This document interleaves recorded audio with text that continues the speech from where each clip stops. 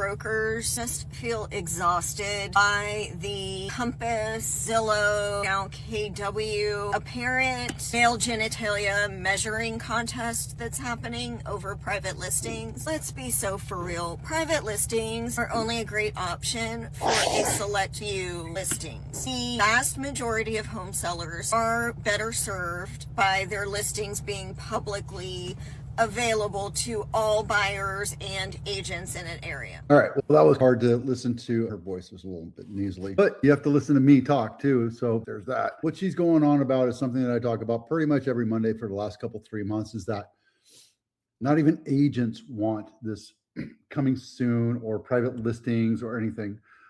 Who wants this is the companies who double end and massively profit from it. So how does that help a seller or a buyer? It doesn't. I can tell you why. The only reason why it's a big deal is because these big, huge conglomerate companies, of which I work for one of them, they see it as another way to add to their bottom line. Yeah, I get it. Totally makes sense, but not from the side of the consumer. And who do we serve? We serve the consumer. So you hear about these lawsuits that are going on and these MLSs that are refusing to let Zillow do this. And look, Zillow has its place. Zillow has Redfin has its values, right? There's a reason why they exist. For us, they're lead aggregator sites. We can pull leads off of that. I don't particularly do that. I don't want to work with Zillow leads. I just don't. But that's the value to you as a consumer, because you have easy access to a lot of information when it comes to your house or your potential house, period. Zillow and the big companies are fighting to see who gets first right or refusal to put your house on their internet, onto their website. I don't think it's a good idea. I've never liked the whole idea of coming soon or pocket listings or what have you, because you do not get to see what the entire market is willing to pay for your house. Simple as that. If you have a house overpriced, you know your house is overpriced because your house isn't selling. If your house is priced right and your agent does everything that they say that they're doing, i.e. marketing, get your house exposed, open houses,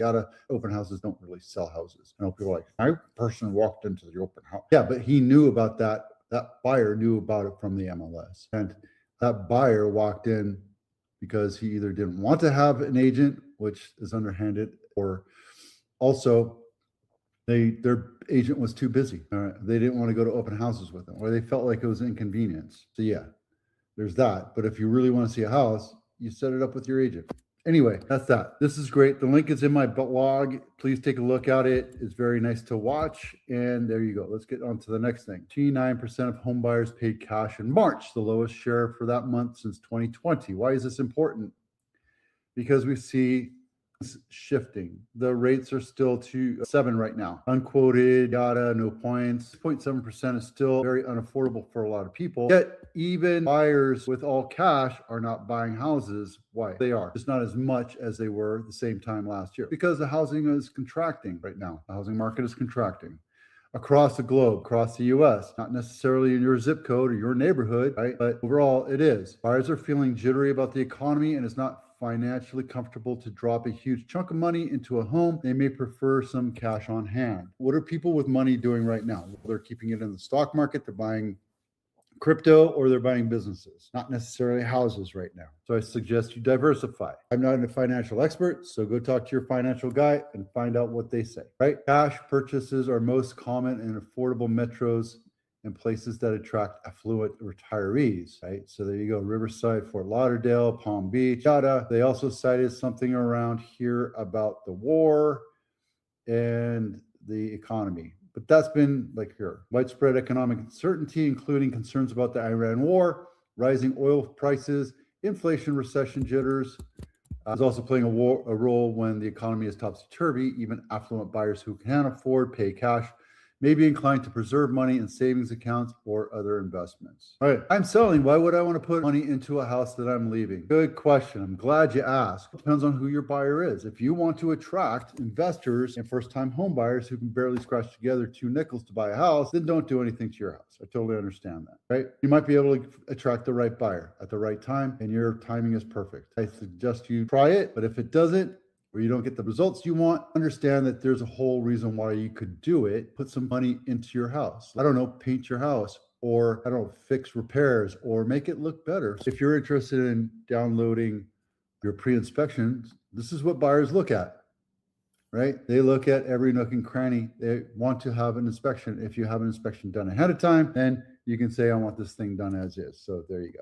Staging is the only service for selling property. Okay, let's see who wrote this. Let's check out our resources. Kristen Ray, I guess she's a staff writer. Let's see, Kristen Ray doesn't really talk about it, but she obviously says that it's a marketing tool. It has an ROI. It makes your house look nice. Yeah, absolutely, dude. If you have houses, if you have couches and tables that look like 1990, get rid of them. Don't even take it with you to the next house. I don't care if you like it or not. Get rid of them. Don't try to give them away. Don't try to sell them. Get rid of them. Take them to the trash.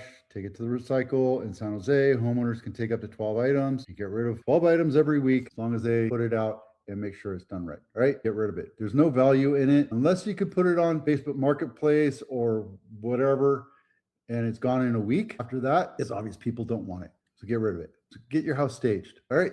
There you go. Cupertino House of the Week, Cranberry Circle, not my listing, $2.8 million. 4-bedroom, 2-bath, 1,500 square feet, built in 1963. If you're wondering where it is, it's right by Monte Vista High School, Kennedy, Monte Vista, Kennedy, De Anza is right there. So this is a nice area. And let's take a look. Nicely updated, nothing super fancy. Original kitchen, yeah, painted. See the counter, new kitchen counter, new appliances, same kitchen. Nothing fancy, right? New floor. Do you want to do that? It depends on the time, depends on if you want to do it or not. Don't expect premium prices if you just do basic updates. Right? There's a nice barbecue fireplace there and grass. This could have been a flip. I doubt it though, because the cabinets are original. This is Willow Glen House of the Week, $1.5 million, 3-bedroom, 2.5-bath, 1,900 square feet, a little bit more bang for the buck for a lot less buck. Let's take a look inside. This is Willow Glen. And of course I chose it because this is a busy street. Look at that. This is close to Lincoln Ave. So there you go. This is virtually staged. Nice, like virtual staging. Yep. Original everything. There you go. $1.5 million for a 3-bedroom, 2.5-bath. And then luxury home of the week, Olive Hill listing, brand new, $35 million. Not my listing. 6-bedroom, 5-bath, 6,500 square feet. This looks familiar. I think we did talk about this last week.